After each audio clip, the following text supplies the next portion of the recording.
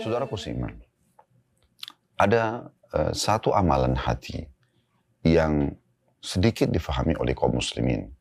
Bahkan ini bisa menjadi satu pondasi dasar dari setiap amal soleh yang kita kerjakan sehingga diterima oleh Allah Subhanahu wa taala, dan juga pondasi dasar agar seluruh dosa-dosa yang kita mohon ampunannya kepada Allah dimaafkan. Siapa yang tidak ingin, teman-teman sekalian, amal solehnya diterima oleh Allah Subhanahu wa taala semuanya? Dan siapa juga yang tidak ingin semua dosanya dan kesalahan dimaafkan, sehingga fasilitas yang tertahan dari dosa-dosa yang pernah dilakukan kembali Allah berikan, dari kesehatan, dari keturunan, dari kebahagiaan dunia dan akhirat, terpenuhi kebutuhannya dunia akhirat, serta juga segala hal-hal yang menyebabkan datangnya hukuman ya, dari dosa-dosa tersebut juga terhilangkan. Misalnya kesengsaraan, penderitaan, ujian yang berat di dunia, serta siksa kubur, siksa di neraka nanti di akhirat, hilang. Tentu semua orang akan mengatakan, saya mau. Nah ini poinnya. Yang sedang kita bahas adalah poin yang merupakan pondasi dasar daripada amal-amal soleh kita diterima, serta juga dosa-dosa kita dimaafkan. Itulah prasangka baik kepada Allah Subhanahu wa taala. Awalnya saya akan berikan dulu kronologisnya, teman-teman sekalian. Kita harus tahu pondasi agama kita seluruhnya ya. Pondasi dasar seluruhnya. Kalau tadi kita bicara nanti salah satu substansialnya. Pondasi dasar seluruh agama kita adalah keyakinan. Kalau kita harus yakin kalau Allah Subhanahu wa taala memang ada, walaupun Allah tidak nampak dengan mata kita. Karena terlalu banyak realita di depan mata kita yang terbukti kalau Allah memang pencipta.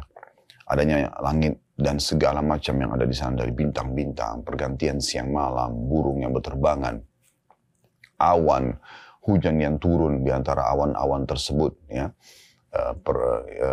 Kemudian juga yang ada di bumi, ya. Misalnya apa saja, ragam tumbuh-tumbuhan, beragam macam buah-buahan, ya.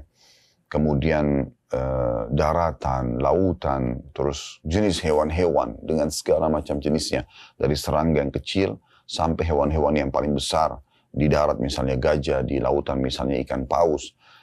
Dengan segala macam karakternya, dengan segala macam sistem pencernaan, sistem pembelaan ya, dininya. Kemudian populasinya dan segala macam. Begitu juga dengan manusia misalnya.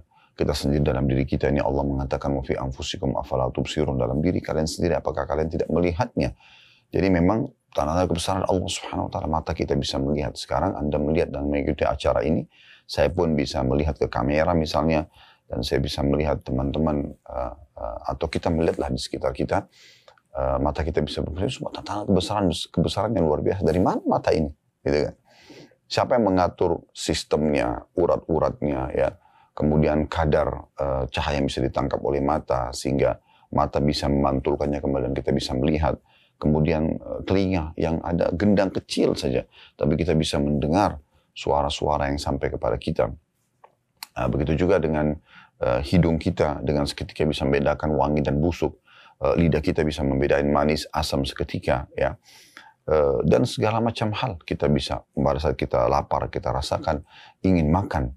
Siapa yang membuat lapar itu? Siapa yang menciptakan kita? Siapa yang menciptakan lapar itu? Dan siapa yang mengajar kita atau mengarahkan sistemnya harus makan? Nggak bisa kepada yang lain. Gitu kan? Begitu juga dengan haus. Seperti sekarang kita lagi puasa misalnya di siang hari Ramadan. Kita bisa rasakan rasa haus. Kita bisa merasakan rasa haus, teman-teman sekalian.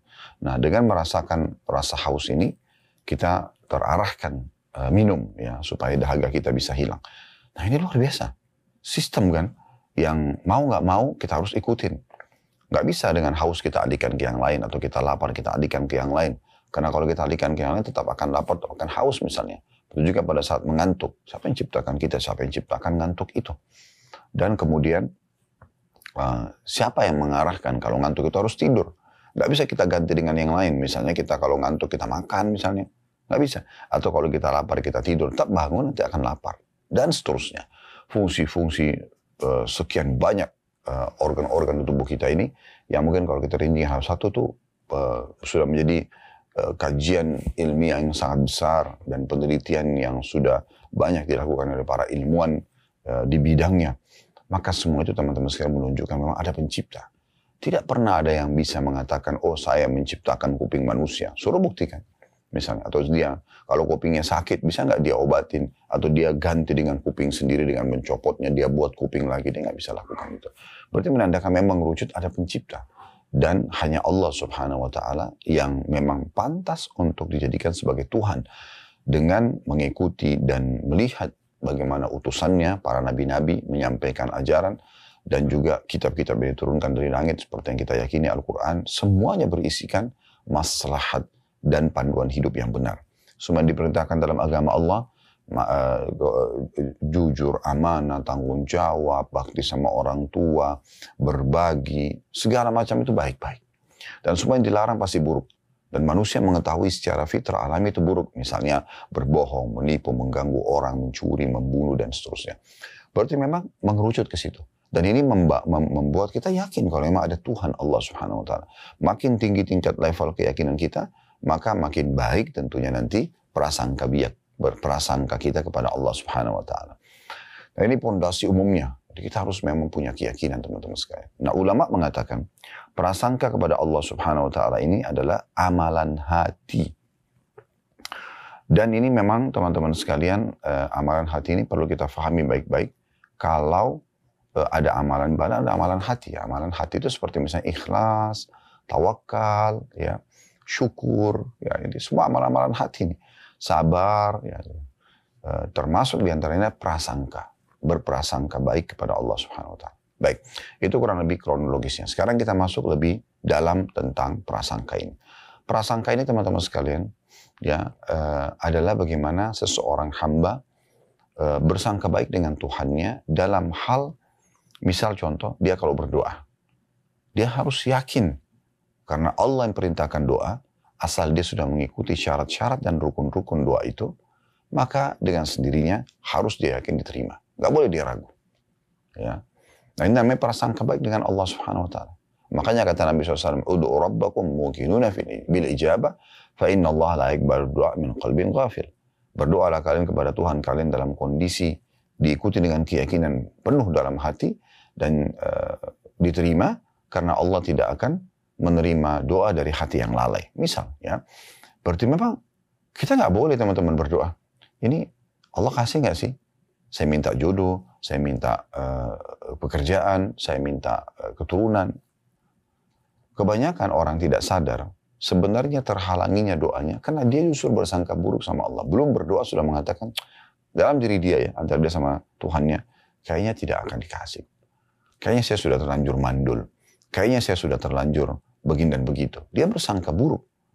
Padahal sebenarnya selama tidak bentrok dengan sunnatullah, sistem yang sudah Allah buat. Contoh misalnya, malam dan siang itu sistem Allah sudah buat. Tidak mungkin kita menabrak sistem itu ya, tanda kutip di sini menabraknya. Maksudnya kita karena tidak suka malam, kita ingin siang aja supaya kita beraktivitas terus, lalu kita mengatakan ya Allah hilangkan malam. Itu nggak mungkin. Itu berarti kita seperti ingin bentrok dengan sunnatullah. Kita tidak suka dengan lawan jenis, lalu kita mengatakan ya Allah hilangkanlah laki-laki atau hilangkanlah perempuan. Itu sunnatullah, nggak mungkin.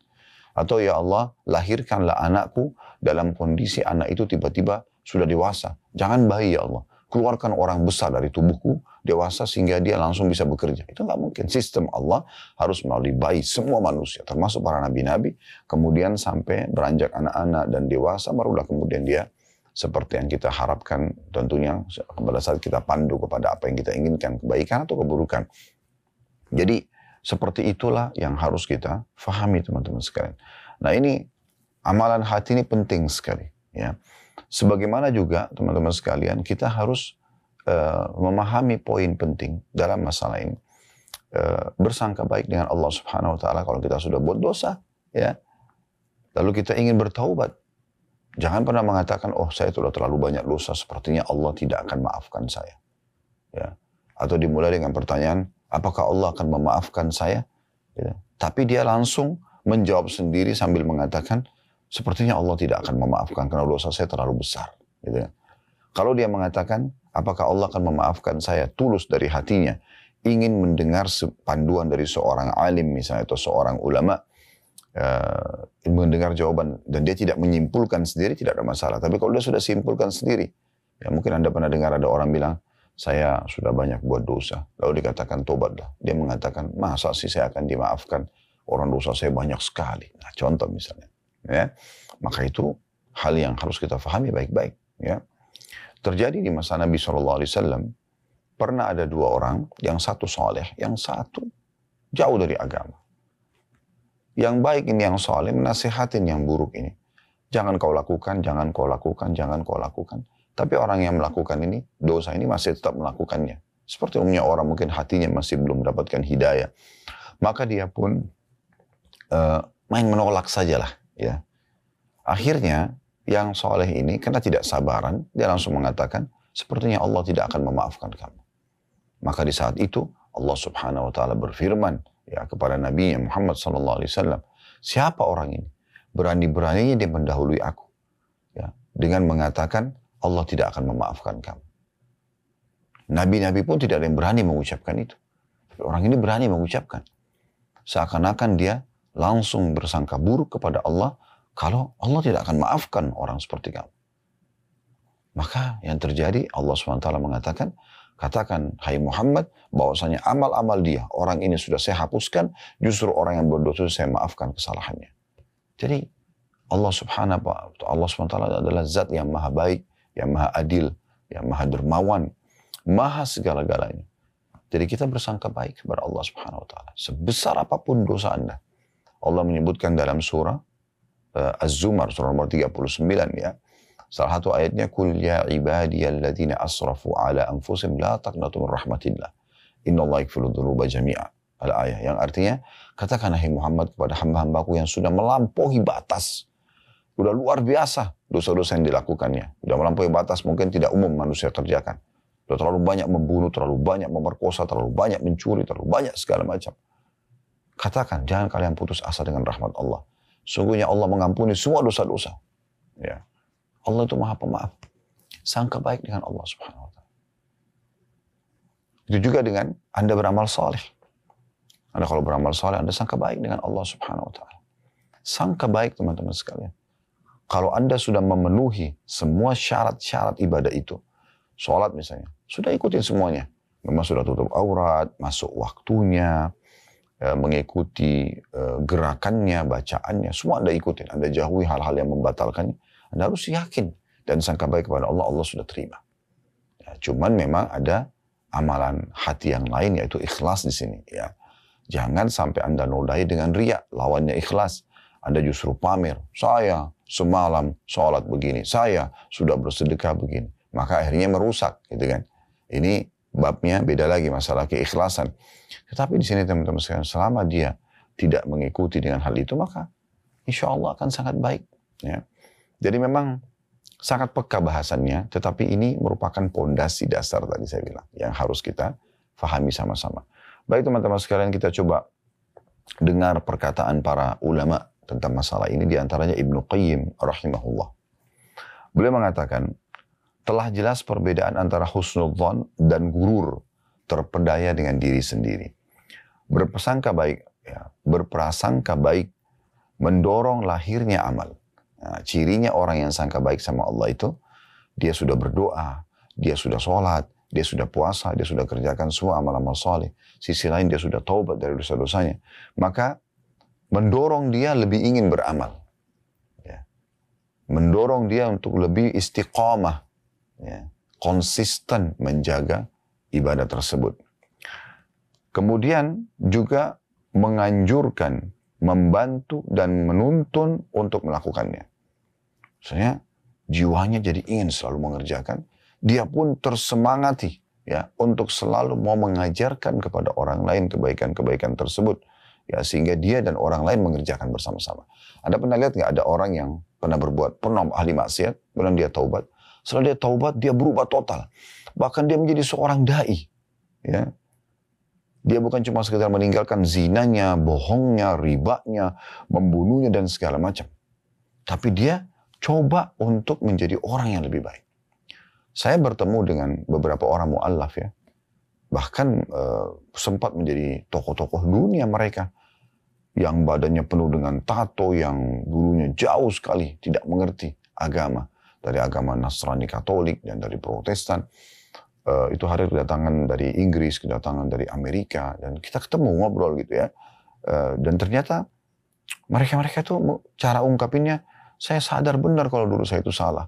Sekarang saya ingin perbaikin, dan saya ingin coba untuk menawarkan dan menjelaskan kepada orang, kalau ini kenikmatan loh. Saya sudah merasakan kenikmatan dunia dulu yang salah. Sekarang saya nikmatin ibadah, dan ini kenikmatan yang tidak terhingga. Sehingga orang lain mau mengerjakan seperti saya. Ini luar biasa. Dan inilah yang dicontohkan oleh orang-orang yang terdahulu dari kalangan sahabat Nabi. Bagaimana para sahabat Nabi pada saat mereka bertobat seperti Ikrimah bin Abi Bakar, Ikrimah bin Abu Jahal radhiyallahu anhu. Ayahnya Abu Jahal, Fir'aun yang umat yang meninggal dalam keadaan kafir. Dia pun dulu benci Islam. Tapi pada saat pembebasan kota Mekah, dia masuk Islam. Dan setiap kali lihat Al-Quran dia nangis. Dia menangis. Dan dia mengatakan, ini perkataan Tuhanku yang aku lalaikan. Ya, kemudian dia mengatakan, ya Rasulullah, dulu sebelum saya masuk Islam, saya sangat benci dengan Islam. Apa yang ayah saya lakukan, saya juga ikut lakukan. Ayah Fir'aun umat ini, Abu Jahal suka sekali memerangi Islam dengan jiwanya, dengan hartanya. Ya. Maka Ikrimah ikut pada saat itu. Sekarang saya ingin menebusnya. Dengan cara saya juga akan mengeluarkan infak sebesar dulu saya memerangi Islam untuk perjuangan Islam. Nah ini. Kan gitu. Jadi mendorong dia justru untuk beramal. Itu prasangka yang baik kepada Allah Subhanahu wa Ta'ala. Ini terjadi pada banyak sahabat-sahabat Nabi yang lain. Para tabi'in, para tabi'in, bahkan sampai menjelang hari kiamat nanti.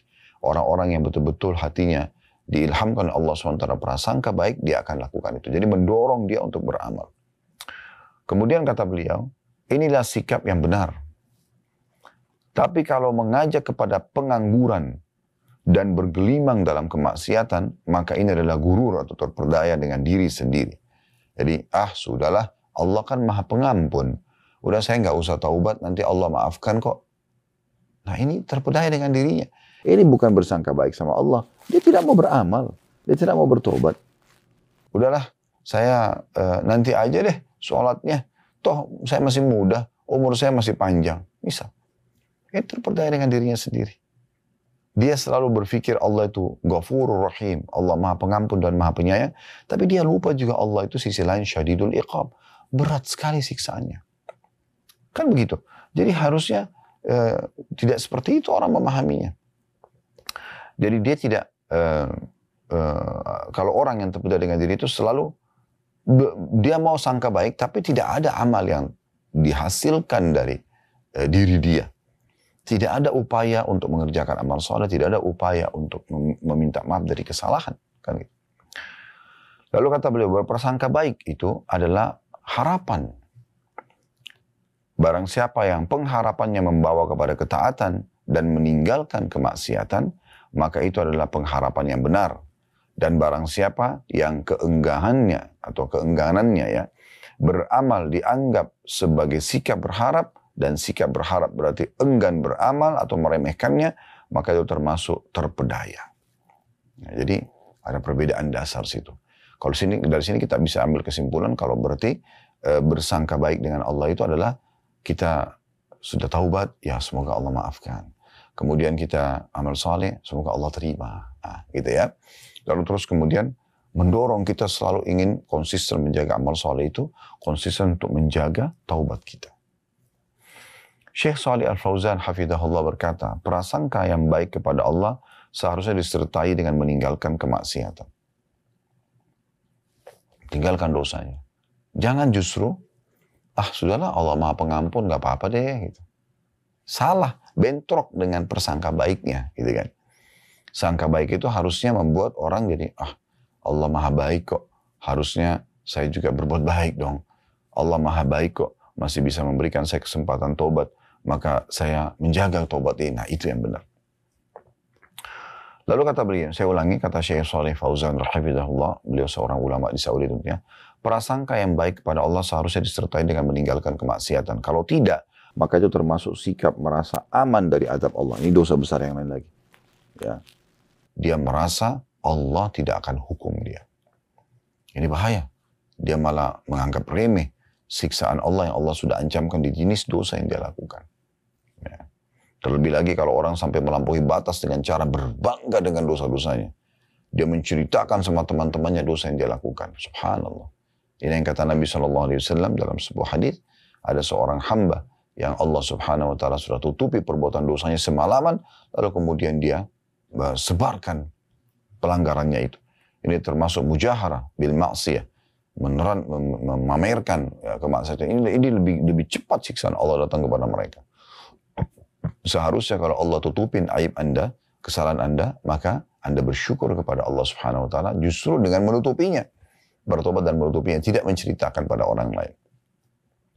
Lalu kata Syekh Shalih Fauzan lanjutannya, prasangka baik kepada Allah harus disertai dengan melakukan sebab datangnya kebaikan dan sebab meninggalkan kejelekan. Itulah pengharapan yang terpuji. Jadi maksudnya, ya dia coba lebih dalami lagi ilmunya supaya dia lebih semangat mengerjakan amal saleh tersebut. Dia coba berkumpul dengan komunitas yang baik sehingga hanya memotivasi dia untuk mengerjakan amal saleh tersebut, dan dia coba bertobat dari dosanya dan dia meninggalkan segala fasilitas yang bisa membuat dia mengulangi dosa tersebut. Sedangkan prasangka baik kepada Allah, selanjutnya kata beliau, sedangkan prasangka baik kepada Allah dengan meninggalkan kewajiban dan melakukan yang diharamkan, maka itu adalah pengharapan yang tercelah. Itu termasuk sifat merasa aman dari makar Allah. Nah, jadi sudah kita bisa lihat di sini bagaimana para ulama kita sudah menjelaskan, Ibnu Qayyim rahimahullah dan Syekh Shalih Fauzan, kita jangan menyalahfahami tentang masalah prasangka baik ini, ya, sehingga akhirnya tidak mendorong kita beramal, dan itu berarti orang gurur saja, orang hanya terpedaya dengan dirinya sendiri, ya. Kemudian kita coba lebih dalam ya membahas tentang masalah ini, dan saya coba bacakan dulu apa yang dikatakan oleh penulis ya di halaman 13. Sangka baik kepada Allah Azza wa Jalla ialah Anda merasa bahwa Allah akan melapangkan kesusahan Anda. Sangka baik. Kita terlilit utang, kita lagi butuh keselamatan dan keamanan, kita lagi apa saja. Kita selalu sangka baik kalau Allah akan melapangkan kesusahan itu. Makin kuat keyakinan Anda, Allah akan tolong Anda, ya, maka makin mudah pertolongan itu datang. Kemudian menghilangkan duka hati Anda, kata penulis. Ya, selama kita sedih segala macam dan kita kembali kepada Allah, kita harus yakin Allah akan hilangkan duka itu. Selagi hamba bersangka baik kepada Rabb-Nya, maka Allah Azza wa Jalla membukakan berbagai keberkahan untuknya dari arah yang tidak disangkanya. Ya. Karena itu, wahai hamba Allah Azza wa Jalla, hendaklah Anda bersangka baik kepada Rabb Anda. Ya, niscaya Anda akan melihat dari Allah sesuatu yang menggembirakan Anda. Seperti sederhana sekali teori ini ya, tapi siapa yang menerapkannya? Dan syaitan masuk di situ untuk membuat kita selalu sangka buruk dengan Allah Subhanahu Wa Taala. Tapi ingat tadi poin penting ya di awal tadi kita itu sebelum apa yang kami jelaskan sekarang yang sudah kami sampaikan, jangan gurur. Kita harusnya sangka baik sama Allah itu yang mendatangkan dorongan yang kuat untuk beramal saleh. Dorongan yang kuat untuk meninggalkan dosa. Nah, gitu. Tapi kalau kita tetap saja lalai dari kewajiban, kita terus dalam dosa, dan kita mengatakan saya sangka baik sama Allah, ini bukan sangka baik, tapi ini gurur. Terpedaya dengan dirinya sendiri. Ini adalah permainan syaitan. Lalu kemudian penulis mengangkat hadis yang sangat masyhur berhubungan dengan ini, adalah sabda Nabi SAW dari hadis Abu Hurairah radhiyallahu anhu. Allah Subhanahu Wa Taala berfirman, qala Allah Taala, ana inda dhanni abdi bi, saya sesuai dengan prasangka hambaku, kata Allah. In dhanna bi khairan falahu, jika dia bersangka baik, ya, maka ia akan mendapatkan kebaikan itu. Wa in dhanna syarran falahu, dan jika dia bersangka buruk, maka dia pun akan mendapatkan keburukan tersebut. Ya, hadits ini diriwayatkan Ahmad dan juga Ibnu Hibban. Ini yang ditulis oleh penulis cuma sedikit saja. Kurang lebih 2 paragraf ya, kurang lebih. Dan seperti biasa kita lebih panjang lebar menjelaskan masalah itu. Dalam hadis yang lain, kita ini tambahannya ya, yang mirip dengan ini. Hadis yang diriwayatkan oleh Imam Bukhari dan Muslim, ya, dari hadis Abu Hurairah juga radhiyallahu anhu, bahwasanya Nabi SAW bersabda, yaqulullahu ta'ala, Allah Subhanahu Wa Ta'ala ya berfirman, ana inda dhanni abdi bi wa ana ma'ahu idza dzakarani. Aku sesuai dengan prasangka hambaku, dan aku selalu bersamanya kalau dia mengingatku. Ya. Fa'in dzakarani fi nafsi, dzakartu fi nafsi. Kalau dia mengingatku dalam dirinya, aku juga akan ingat dia dalam diriku. Wa in dzakarani fi mala'in, dzakartu fi mala'in khairin min. Kalau dia menyebut aku dan mengingatku di tempat keramaian, maka aku juga akan menyebutnya di tempat ya keramaian yang lebih baik daripada mereka, maksudnya komunitas para malaikat. Wa in taqarraba ilaihi shibran taqarrabtu ilaihi dhira'an. Dan bila hamba itu mendekatkan diri kepadaku satu jengkal saja, sedikit berupaya untuk amal saleh, sedikit berupaya untuk taubat, yang meninggalkan dosa, maka aku akan dekatkan diri kepadanya dengan sehasta. Wa in taqarraba ilayya shibran taqarrabtu ilaihi dhira'an. Ya. Maaf. Wa in taqarraba ilayya dhira'an taqarrabtu ilaihi ba'an. Dan kalau dia mendekatkan diri kepadaku sehasta, maka aku dekatkan diri kepadanya sedepah. Wa in atani yamshi ataitu harwalah. Kalau dia datang kepadaku sambil berjalan, aku akan datang kepadanya sambil berlari kecil. Artinya Allah Subhanahu wa taala memang menyukai hamba-hambanya yang ingin mendekatkan diri kepadanya. Allah mau kita manja, saudaraku seiman. Allah mau kita manja. Kenapa kita tidak manja dengannya? Kalau Anda misalnya berdoa kepada Allah SWT dan Anda belum mendapatkan hasilnya, jangan lupa hadis Nabi SAW. Hadis yang sangat masyhur, di mana Nabi SAW mengingatkan kepada kita, kalau ya seorang hamba itu berdoa, maka dipastikan akan melalui salah satu dari 3 tahapan. Akan melalui salah satu dari 3 tahapan. Yang tahapan ini sangat masyhur. Ya, kata Nabi SAW dalam hadis, ya, di masalah ini, ma min muslimin yadu bida'watin laisa fiha ithmun wala qati'atur rahim. Tidak ada seorang muslim yang berdoa kepada Allah ya, yang tidak ada dosa dalamnya dan tidak memutuskan hubungan silaturahim illa atahu Allahu biha ihda thalath. Kecuali Allah akan berikan dia melalui salah satu dari 3 tahapan. Imma an tu'ajjal lahu da'watuhu. Allah memberikan langsung jawaban doanya. Misalnya Allah sembuhkan saya, maka Allah langsung buat dia bertemu dengan dokter yang tepat, mengkonsumsi isi resep yang tepat, kemudian sembuh. Gitu ya. Wa imma an yaddakhiraha lahu fil akhirah. Atau Allah akan simpankan yang dipanen dalam bentuk pahala pada hari kiamat nanti. Jadi tidak ada yang sia-sia di sisi Allah. Ya. Sebagaimana Allah katakan dalam firman-Nya, Inna Allah la yadhlu mithqala dharrah wa in taku hasanatan yudha'ifha yu'ti min ladunhu ajran 'azima. Allah tidak akan menzalimi seperti biji sawi pun. Kalau itu amal saleh yang dikerjakan, maka Allah akan berikan dari sisinya balasan yang besar. Wa imma yasrifa anhu minas su' mithlaha. Ya.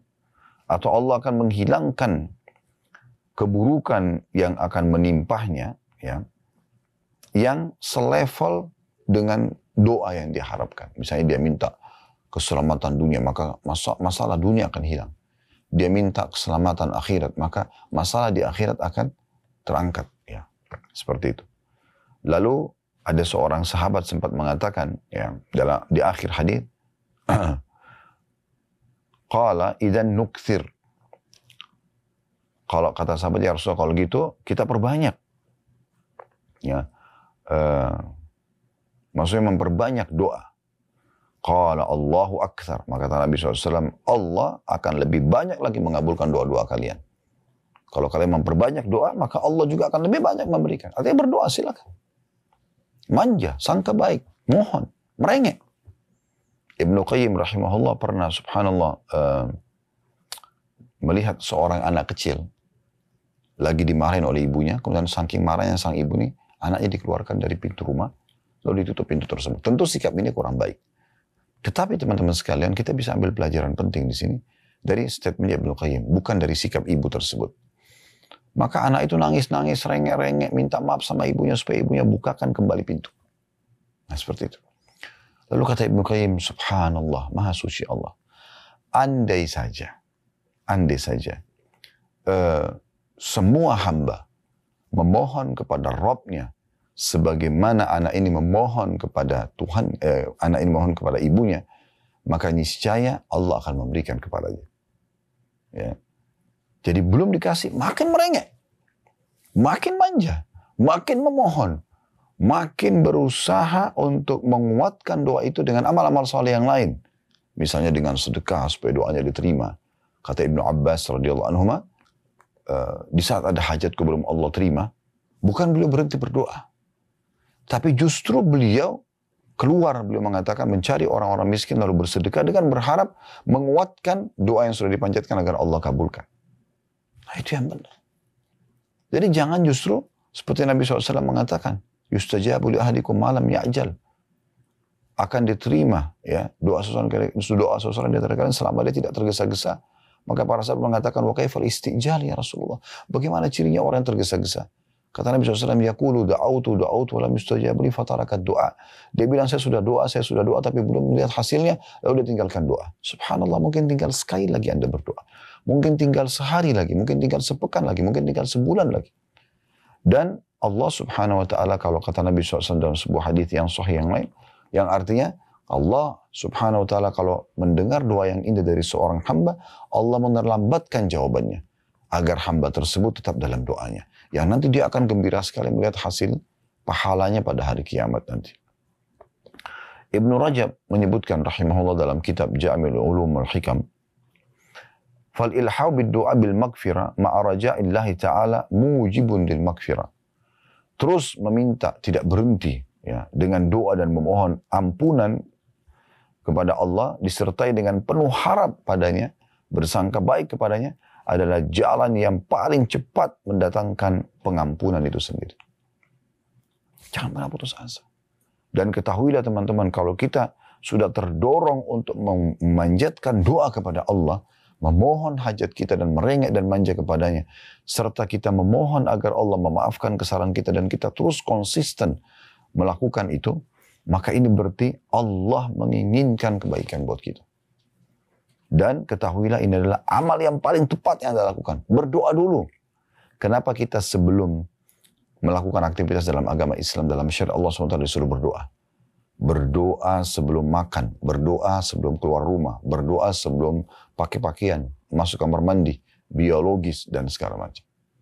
Supaya kita memohon dulu kepada Allah, baru kita beraktivitas. Itu yang benar. Kalau kita tidak, kita kan ikhtiar dulu. Kalau sudah mentok di 30 dokter, nggak ada solusinya, baru sholat malam dan berdoa. Baru umroh.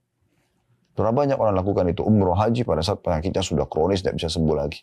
Dan dari awal dia memohon kepada Allah SWT. Dan dari awal dia menjadikan doanya, komunikasi, manjanya, merengeknya sama Tuhannya adalah senjata utamanya. Sehingga nanti obat, dokter yang didatangkan oleh Allah ini yang terbaik, yang segera menyembuhkan penyakitnya. Nah itu poinnya. Dan dalam sebuah hadis yang mulia, hadis riwayat Tirmidzi, Ibnu Majah, Ahmad dengan sanad hasan, kata Nabi SAW, laisa syai'un akramu 'ala Allah Ta'ala min ad-du'a. Tidak ada sesuatu yang lebih besar pengaruhnya di sisi Allah dibandingkan dengan doa. Ada seseorang tabi'in disebutkan dalam sebuah kisah, dia rupanya mimpi bertemu dengan Umar bin Khattab radhiyallahu anhu. Kemudian dia pun bertanya kepada Umar. Dalam mimpi ya, tidak bisa diatur. Wahai Umar, apa kira-kira yang paling cepat membuat rahmat Allah datang, pengampunan Allah datang, amal-amal diterima, dan dimaafkan kesalahan? Maka Umar memberikan isyarat dengan doa. Dengan doa. Nabi SAW, seorang Nabi, udah jelas dijanjikan kemenangan kepada beliau. Anda tahu, pada saat akan terjadi perang Badar, Allah sudah pastikan menang. Dalam Al-Quran dipastikan. Beliau yakin kemenangan datang. Tapi beliau tidak berhenti berdoa. Sampai Abu Bakar pada saat melihat Nabi SAW berdoa terus di kemahnya. Sudah melihat pasukan muslimin berhadapan dengan pasukan kafir Quraisy. 314 orang. Ya, 313, 314 sama beliau. Itu sudah berhadapan sama musuh yang 1000 orang. Sahabat-sahabat hanya dengan peralatan perang yang sederhana. Karena mereka tujuannya keluar di perang Badar untuk menahan kafilah dagang Quraisy, bukan berperang. Sementara 1000 orang Quraisy semuanya keluar untuk berperang dengan senjata lengkap. Maka beliau berdoa mengatakan, ya Allah, kalau seandainya engkau membiarkan hamba-hambamu ini kalah, maka tidak lagi yang bisa menyembahmu di muka bumi. Terus beliau merengek sampai Abu Bakar mengatakan, ya Rasulullah, ya tenangkan diri Anda. Ya Rasulullah, ya kasihani diri Anda. Ya, tapi Nabi SAW terus berdoa. Sampai akhirnya beliau tertidur senyap, lalu beliau bangun, lalu beliau senyum. Beliau mengatakan, terima berita gembira. Allah telah menurunkan malaikat-malaikat membantu kalian. Ya. Jadi seperti itu yang harus kita lakukan teman-teman sekalian. Ya. Jadi poin ini harus kita perhatikan. Hasan Basri berkata rahimahullah, sesungguhnya seorang mukmin ketika bersangka baik pada Tuhannya, maka dia akan memperbaiki amalnya. Sementara orang buruk, dia berprasangka buruk kepada Tuhannya, sehingga dia melakukan amal keburukan. Tadi seperti contoh ya, salat, Allah akan terima amal saya. Udah, saya mau tambah amal salat yang lain. Saya sedekah, Allah akan terima sedekah saya. Daripada cuma itu, saya ingin daripada cuma satu pahala, saya ingin tambah pahala sedekah yang lain. Dia terus semangat. Nah, seperti itu. Tapi orang yang sangka buruk, ya, yang jauh dari rahmat Allah Subhanahu Wa Taala, mereka selalu beramal, sudahlah, tidak akan diterima, percuma. Saya sudah 50 tahun nggak sholat. Masa sekarang kalau saya sholat, sehari kemudian saya meninggal, Allah maafkan kesalahan saya. Subhan. Dia sudah sangka buruk duluan. Saya sudah buat dosa 70 tahun. Masa saya dengan satu kali taubat nasuha, sehari atau bahkan hanya beberapa saat saja. Ya, hanya beberapa saat saja. Ya, bertaubat kepada Allah. Tulus dari hati, hitungan detik mungkin orang bertobat. Lalu semua dosa saya 70 tahun dimaafkan. Tidak masuk akal. Nah, dia sudah begitu. Maka terdoronglah dia untuk hal-hal yang buruk. Maka ini poin penting sekali untuk kita garis bawahi. Ibnu Qayyim, Abul Abbas Al-Qurtubi, rahimahullah berkata, pendapat lain ada juga yang mengatakan maknanya bersangka baik sama Allah dan mengira akan dikabulkan apabila berdoa. Dengan penuh keyakinan dalam hati, mengira dengan penuh keyakinan dalam hati diterima ketika bertaubat, mengira diampuni ketika memohon ampunan, mengira diterima amalnya ketika melaksanakan dengan memenuhi persyaratan, serta berpegang teguh terhadap kejujuran janjinya dan lapangnya keutamaan yang Allah sudah janjikan. Jadi maksudnya dia yakin sekali, ya kalau misalnya dia sholat malam nih, janjinya dalam hadis apa? Diterima doa. Boleh nggak orang sholat malam agar doanya diterima? Boleh. Nggak masalah, justru bagus sekali. Dia seperti itu. Nah, dan Nabi SAW sudah mengingatkan kepada kita untuk bersangka baik sama Allah ini bukan hanya sesaat. Bukan hanya dengan satu amal soleh yang kita kerjakan atau dosa yang satu kita mohon ampun dan taubat. Tapi sampai kita meninggal. Dan pada saat mau meninggal pun kita disuruh bersangka baik kepada Allah. Kalau Allah akan masukkan saya ke dalam surga. Karena saya sudah coba bertaubat. Ya, saya sudah coba melakukan amal saleh. Ya, sebagaimana Nabi SAW mengatakan dalam hadis riwayat Muslim, la yamutanna ahadukum illa wa huwa yuhsinu billahi dhann.